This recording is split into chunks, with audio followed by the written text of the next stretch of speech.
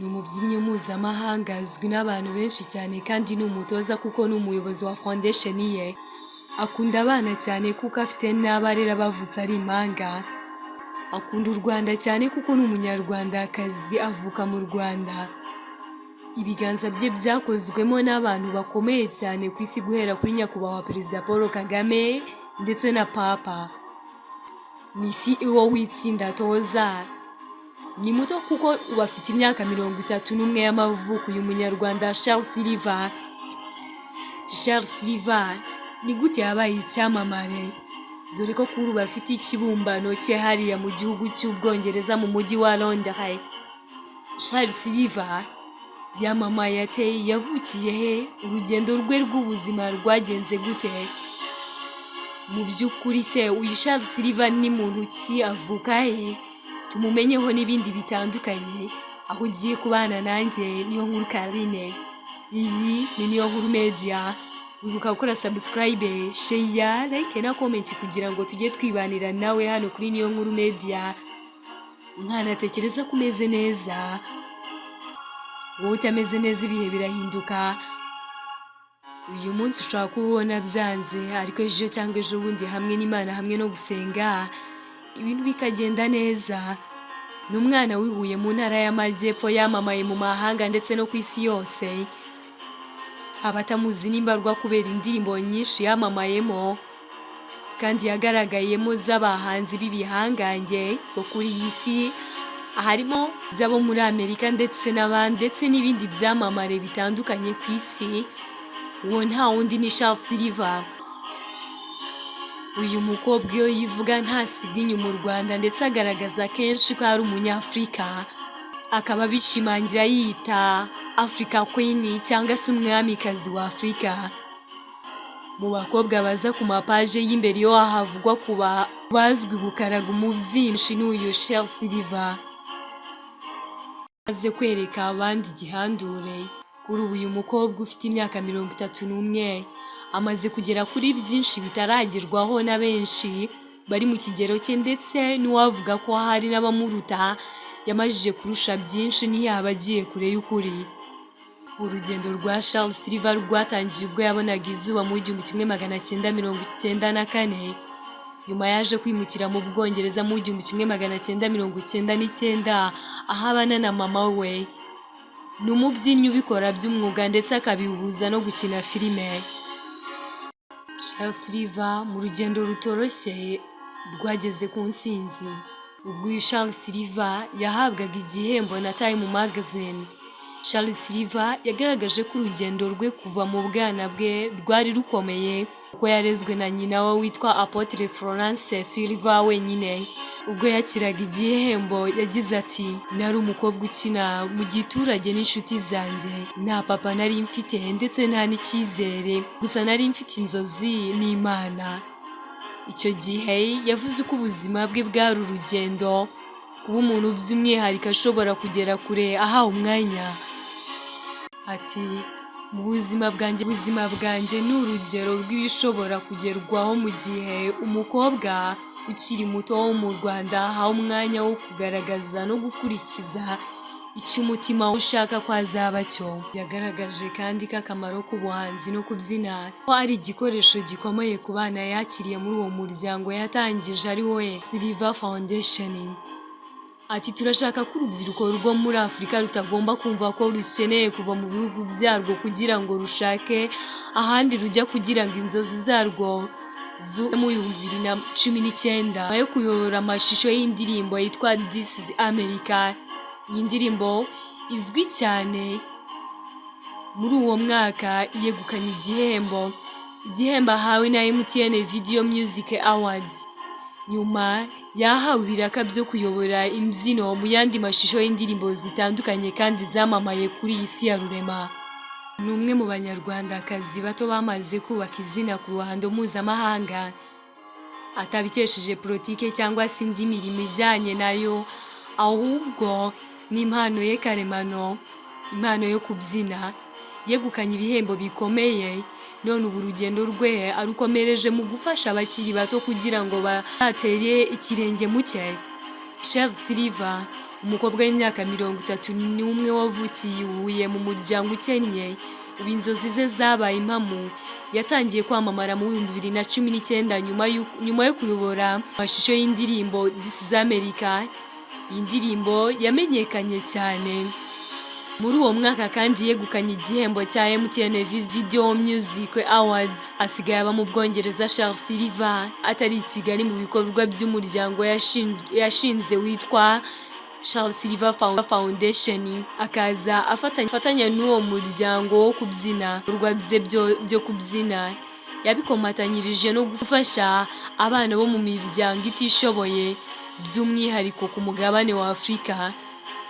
Ibi byatumye ikigega mpuzamahanga cy'ubuhinzi kimugirira icyizere cyo kumugira ambasaderi wacyo ushinzwe gukorana n'urubyiruko rwo mu cyaro. Igihe yagiranye ikiganiro kirambuye n'uyu munyarwandakazi Charles Silver, asobanura byinshi ku buzima bwe, umwuga we wo kubyina, ibikorwa bya Charles Silver Foundation n'ahazaza n'imyidagaduro. Ibigo mpuzamahanga bitandukanye nka Google, Nike, Victoria's Secret byagiye byifashisha Charles Silver mu kumenyekanisha ibikorwa byabyo cyangwa se ibikorwa bakora.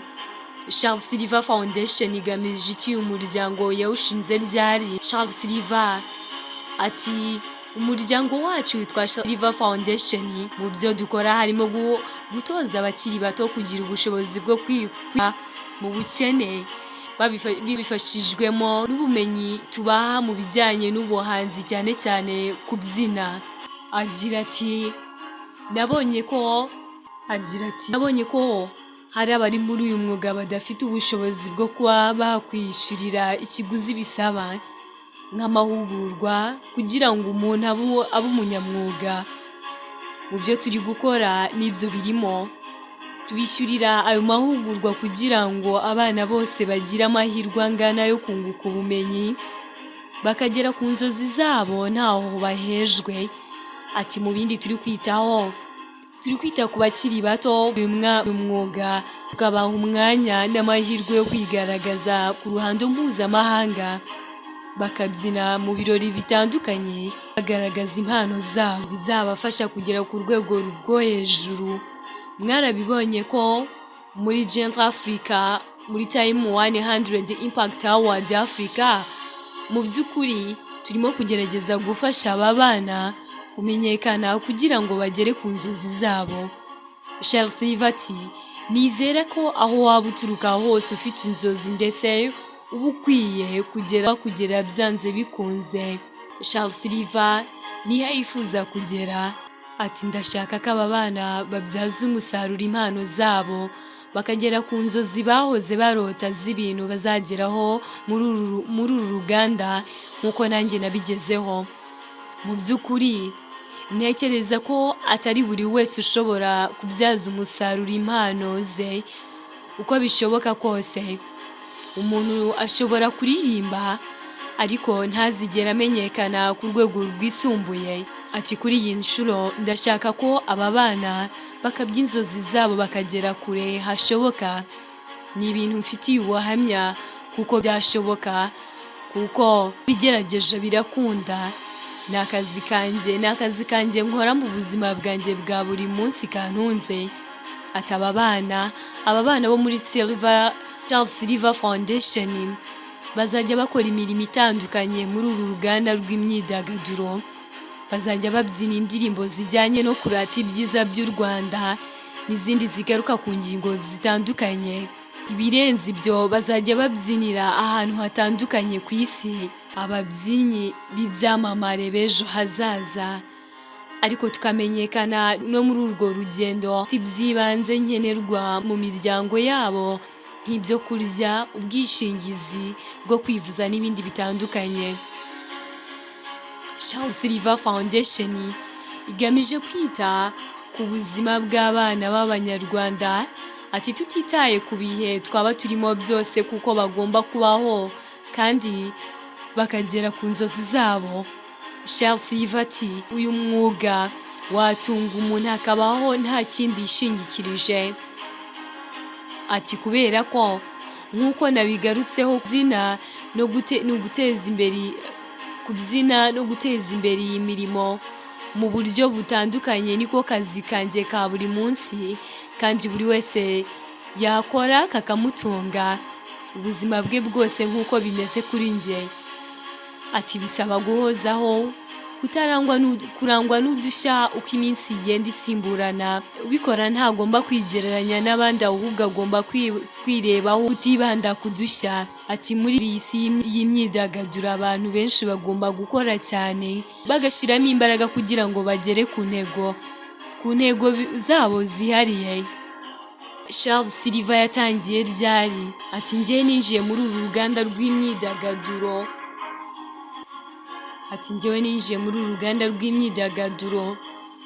Dore uko nari mfite imyaka 11 ubwo nabyiniye Perezida Paul Kagame. Icyo gihe nari muto cyane. Nyuma ubwo nari mfite imyaka 15 nibwo nagiye mu bijyanye na filime. Nyuma nabaye mbicumbitseho gato, njya gukomeza amasomo yanjye muri kaminuza, kuko murabizi muri Afurika ugomba kubanza kwiga ukarangiza amashuri. Ubwo nari muri kaminuza naracumbukuye, noneho ntangira kubyina bya kinyamwuga. Ubwo kugeza uyu munsi ngeze kuri iyi ntambwe. Nibihe byafashije Charles Silver kugera ku rwego mpuzamahanga mu bijyanye no kubyina? Charles Silver ati ibyatumye ngera kuri uru rwego, icya mbere ni Imana, kuko nubwo mbikora ku buryo budasanzwe ariko Imana niyo yamfashije muri byinshi. Ati ibyo bijyana n'ikindi cyo guhora nkoresha ubwenge bwanjye no guhanga ibishya. Ubwenge bwanjye ndabukoresha cyane, hanyuma nkazana ibitekerezo bishya. Buriya ndakora cyane kuko ni ibintu nakangukiye cyane, kuko nzi icyo nshaka kugeraho. Ikindi ntekereza ko ntigejeje aha ni ugukora ibintu byihariye bitandukanye n'iby'abandi. Uyu Charles Silver ni akahe kazi yahawe kamufunguriye imiryango? This is America. Charles Silver agira ati This is America niyo yahinduye ubuzima bwanjye, ndetse kugeza uyu munsi ubuzima bwanjye buhinduka uko bukeye n'uko bwije, bigizwemo uruhare nayo. Ikindi, nubwo Charles Silver Foundation atari akazi, ariko rwose nkora umunota ku wundi kugira ngo aba bana bakure ndetse bagere ku rugero rwa nyuma muri iyi mirimo uko byagenda kose. Charles Silver abona ati imyidagaduro y'u Rwanda, yagize ati nk'umunyarwandakazi ukurikiranira hafi uruganda rw'imyidagaduro mu Rwanda, abona byibuze abarurimo bagerageza barimo ba Bruce Melody, The Ben ndetse n'abandi bagiye batandukanye, ndetse n'ababa abakobwa harimo nka Abaline Sano ndetse n'abandi batandukanye. Ati nterwa ishema n'uko u Rwanda rurimo gukomeza gutera imbere muri uru ruganda, bakarushaho kwakira n'ibitaramo bikomeye. Ati ibi bigaragaza ko turimo kugenda dutera intambwe ishimishije. Charles Silver kuba yaranditse izina bifata ate? Yabwiye igihe ati ni ibintu by'ingenzi cyane kuba ndi umunyarwandakazi, kuko amateka y'u Rwanda ubwayo agaragaza ko uko byagenda kose ibibazo wanyuramo byose, imbere hari icyizere cy'uko ibintu bizagenda neza. Ati nitaye ku bibazo nanyuzemo cyangwa nyuramo uyu munsi, sinigize ntakazi icyizere n'umunota n'umwe. Ntewe ishema no kuba nkomoka mu gihugu gito kandi kinini, bigaragaza ko tugomba kwerekana umwihariko wacyo muri iyi si. Ese mu magambo atatu Charles Silver ni muntu ki? Charles Silver ni umuntu ugira intego, ni umuntu utinya Imana, kandi ni umuntu ukorana icyizere cy'ahazaza. Ni ibiki Charles Silver adakunda? Ntabwo akunda abantu batubahiriza igihe, ntabwo akunda gupfusha ubusa igihe, kuko gupfusha ubusa igihe ni bibi mu by'ukuri. Umuntu ushaka kuba inshuti ya Charles Silver agomba kuba yubahiriza igihe. Ikindi ngo iyo abonye abana bamerewe nabi nawe amererwa nabi, bigatuma yumva ko agomba gukora cyane kugira ngo abihindure. Ese ni izihe mpano zindi afite zitari ukubyina uyu Charles Silver?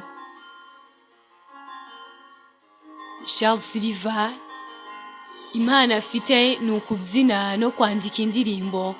Ati nkiri umwana nararirimbaga,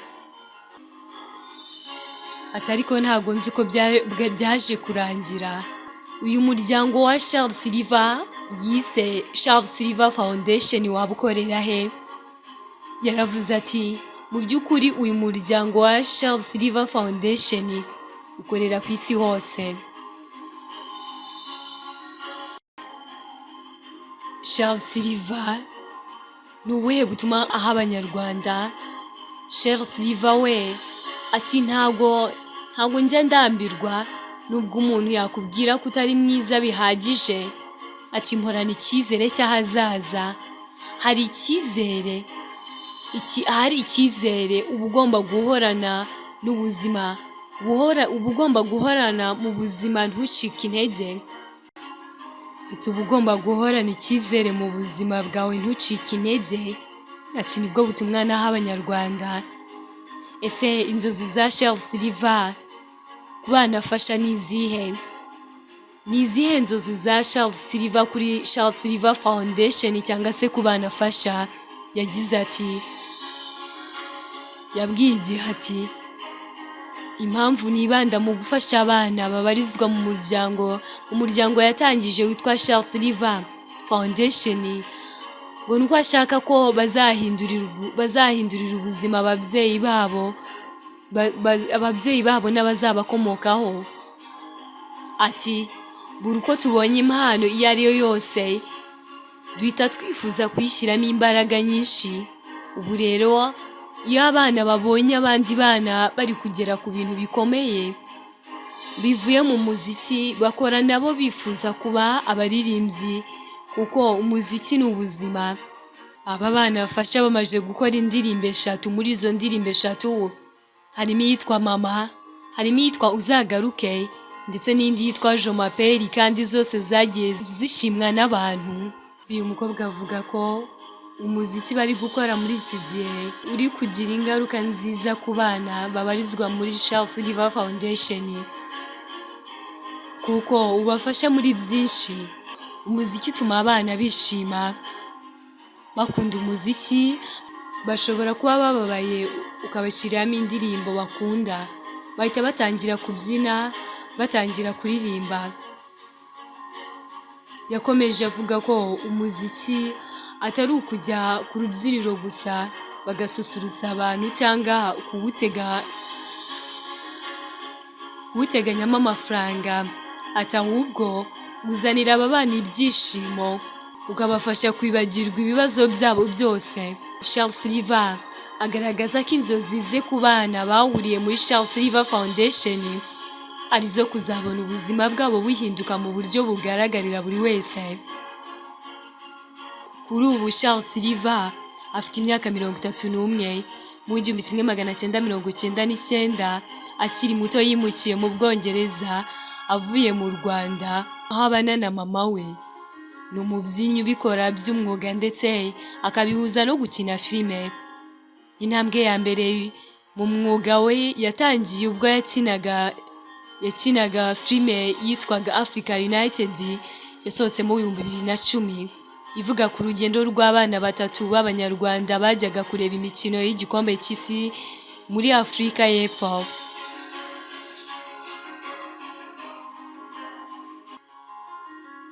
Charles Silver mu rugendo rutoroshye rwageze ku ntsinzi. Ubwo uyu Charles Silver yahabwaga igihembo na Time Magazine, Charles Silver yagaragaje ko urugendo rwe kuva mu bwana bwe rwari rukomeye kuko yarezwe na nyina witwa Apotre Florence Silver wenyine. Ubwo yakiraga iki gihembo yagize ati, nari umukobwa ukina mu giturage n'inshuti zanjye, nta papa twari dufite kandi nta n'icyizere, aturetse inzozi gusa n'Imana. Icyo gihe yavuze ko ubuzima bwe bwari urugero bwo kuba umuntu by'umwihariko ashobora kugera kure ahawe umwanya. Ati icyo gihe natekerezaga akazi nakora kazantunga, nsanga nabyina kuko n'impano niyumvagamo kuva navuka, ariko simbishyire mu bikorwa. Charles Silver ati aho ngeze nshima Imana cyane, iyi mpano yamfunguriye imiryango. Nkeka ko iyo ntaza kuba umubyinnyi ntari kumenyekana ku rwego mpuzamahanga. Ni ukubera impano yanjye. Yongeyeho ati ubutumwa bukomeye ntanga aho njya hose. Iyo uri kumwe n'Imana nta kidashoboka. Nkanjye navukiye ahantu hakennye, ariko mu kwizera Imana no gusenga maze gutera intambwe, maze gutera imbere. Ni ikihe cyerekezo cya Charles Silver? Charles Silver yagize ati niyumvamo inzozi zo kuzabyinira abahanzi bazwi n'isi yose, izina ryanjye n'amafaranga byinjira bigakomeza kuba byinshi. Avuga ko amafaranga abona ayakoresha mu gufasha abatishoboye. Ati ndashaka gukomeza kubyinira amafaranga menshi avamo nkayakoresha mfasha abantu bihebye mu gukomeza kugira icyizere. Ati kandi ndashaka gukomeza kugira icyizere. Ati ndashaka gukomeza kuzenguruka Afurika ndetse n'isi yose, Aziya ndetse n'ibindi bihugu bitandukanye ku isi. Uyu Charles Silver yubakiwe ikibumbano i Londres mu Bwongereza kimugaragaza abyina kinyarwanda. Charles Silver yubakiwe ikibumbano mu mujyi wa Londres mu Bwongereza nk'umubyinnyi mwiza ufatwa nk'icyitegererezo mu rubyiruko. Iki kibumbano kimugaragaza ateze amaboko mu ishusho y'imibyinire ya kinyarwanda, cyane ko akomoka mu Rwanda.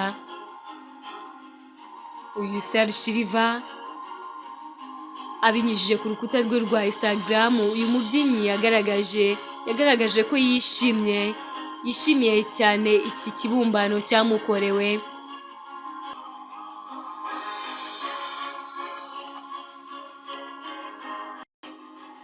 Yagize ati Londres hari ibibumbano byinshi by'inyamaswa kurusha iby'abagore.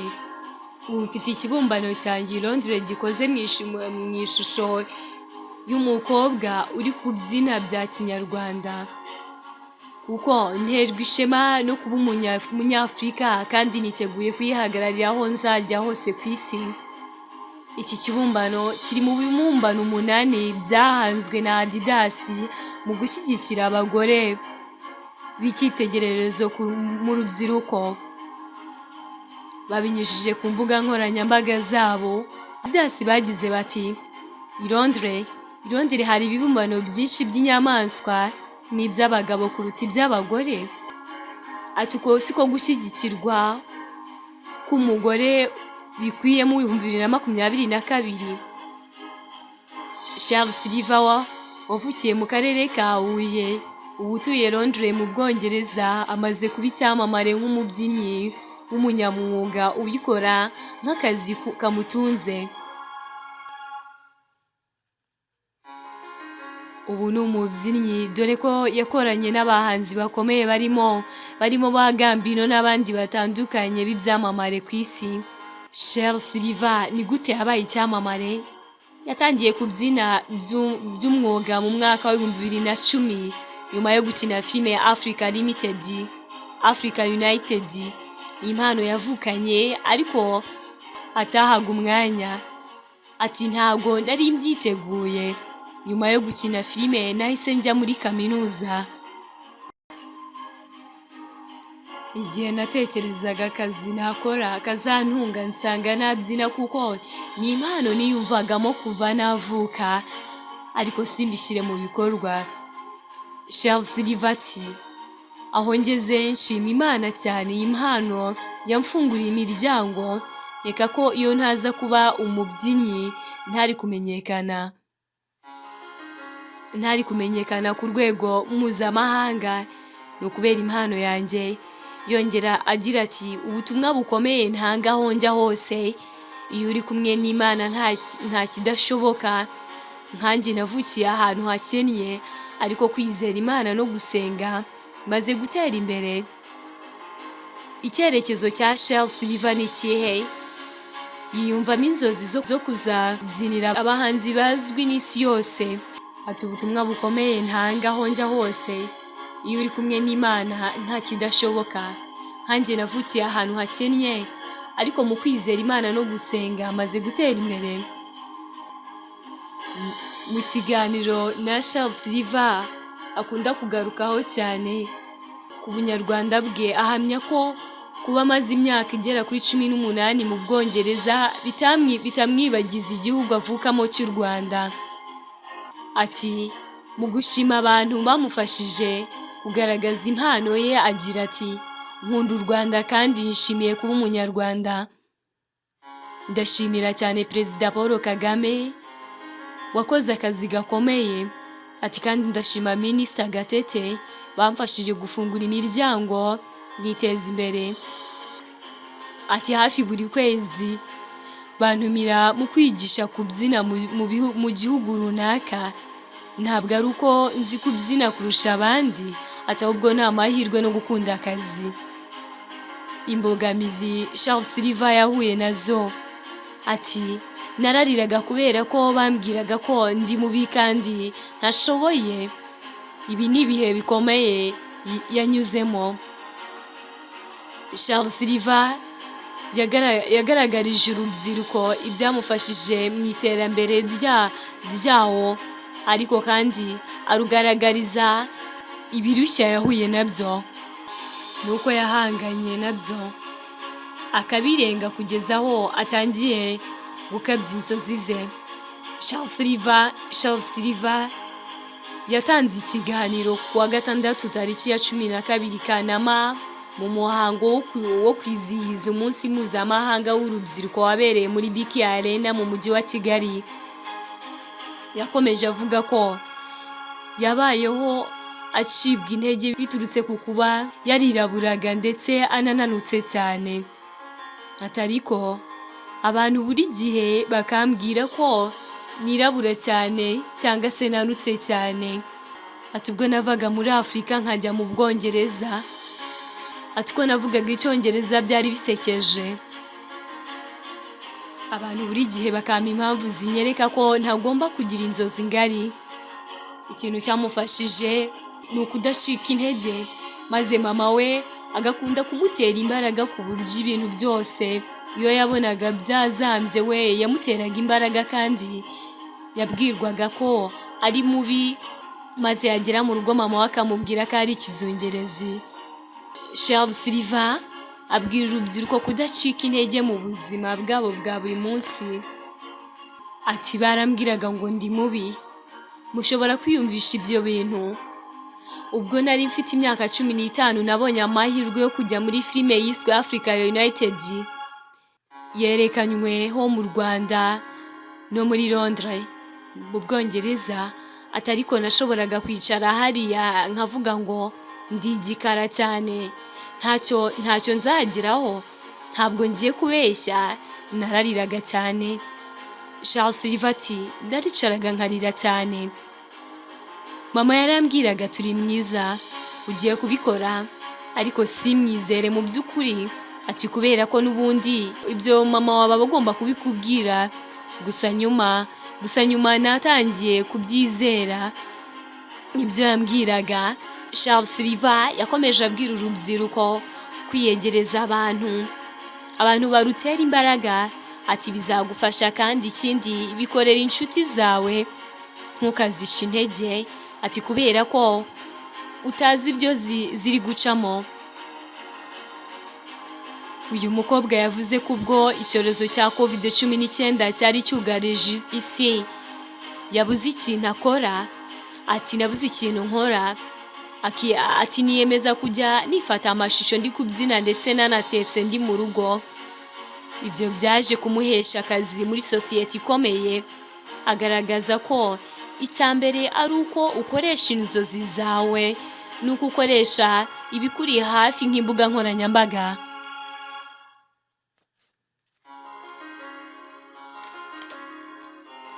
Charles Silver yavuye imbere y'abanyacyubahiro bari aho ndetse n'urubyiruko rwari ruhateraniye avuga ko ashaka ko mu myaka 10 iri imbere ashaka kuzaba afite ikigo gikomeye gifasha abanyempano nyarwanda mu ngeri zitandukanye. Wakoze gufata uyu mwanya wose maze ukabana natwe. Nje wumvaga ndi Niyonkuru Carine, nawe iyi ni Niyonkuru Media. Wibuka gukora subscribe, share, like na comment kugira ngo tujye twibanira nawe hano kuri Niyonkuru Media. Ufite ikibazo, igitekerezo cyangwa inyunganizi, wabinyuza hano muri comment section. Nje kandi cyo mpora mbifuriza Imana ikomeze yagure kandi yobora intambwe zanyu. Turabakunda.